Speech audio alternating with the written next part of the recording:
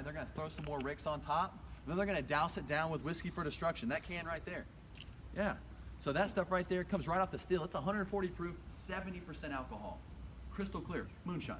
We're gonna douse it down with that, then throw a match to it, let it ride. Because if we were to use a petroleum-based product, gasoline or something like that, it would come up in your whiskey and ruin it.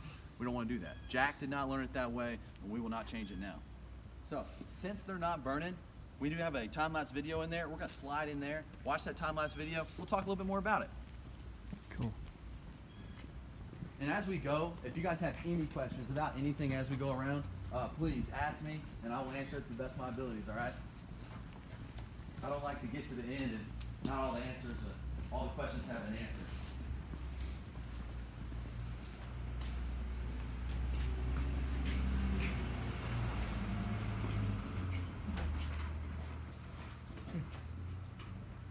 It'll start back up here in a second. Is that water they're using to cool? Yes, sir. Yeah. Yes, sir. So there is, it will take about an hour and a half to 2 hours.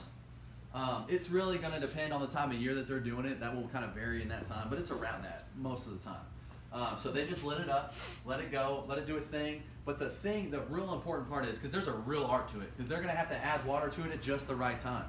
Okay, because if you add it too early, you are going to get wet, unburned wood. And if you do it too late, you will get a pile of ash.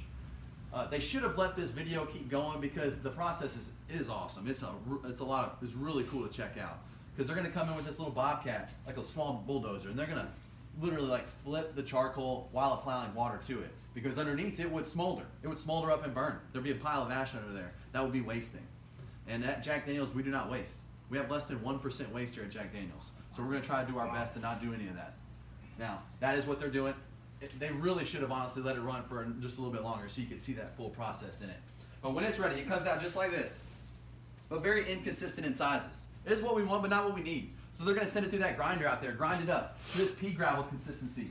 Pack it down in this vat that is 14 feet tall with 10 feet of this hard sugar maple all the way up there. And every single drop of Jack Daniels goes through that 10 feet, and that right there is what separates us from a bourbon. Because after that point, we're a bourbon standard. We're made in the U.S., and we are above 51% corn in our grain bill. So that right there, if you do that in the U.S., you're a bourbon, all right? So that right there is what separates us from the bourbon and makes us a Tennessee whiskey at that point. So there it is.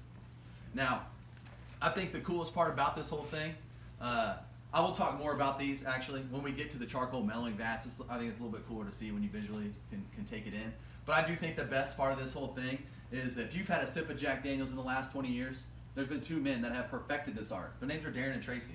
That's how good they are at this. They don't need any help. They have some guys that do help them a little bit, but they're not the ones applying the water. They're not the ones flipping the charcoal. They're not doing any of that stuff. It's Darren and Tracy, the two guys. They're pretty awesome. Their pictures are on the walls in here. I don't know if anybody else talks about it, but I like to point it out every time because it's very cool to know that the two guys have done it. They're good guys. Absolutely. They're awesome. The big butt. They're very cool guys. And that's what those two seats are out there right next to that Whiskey for Destruction. You just thought there was for show. No. That's where they go and hang out. So, pretty cool. And we do source this wood about a 70, 80 mile radius from here. That's cool. Pretty neat. It comes in cut up just like that for us. Now, we did cut it here for a while. We've moved on from that. It's a little time consuming and, you know, we get a big truckloads that come in for us. But I haven't seen a truckload in a while because we're pretty stacked up a little bit. So y'all check it out for a second.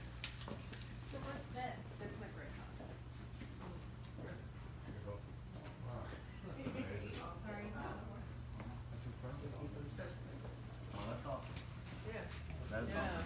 It's over What's his name? New construction, Urban Crutcher.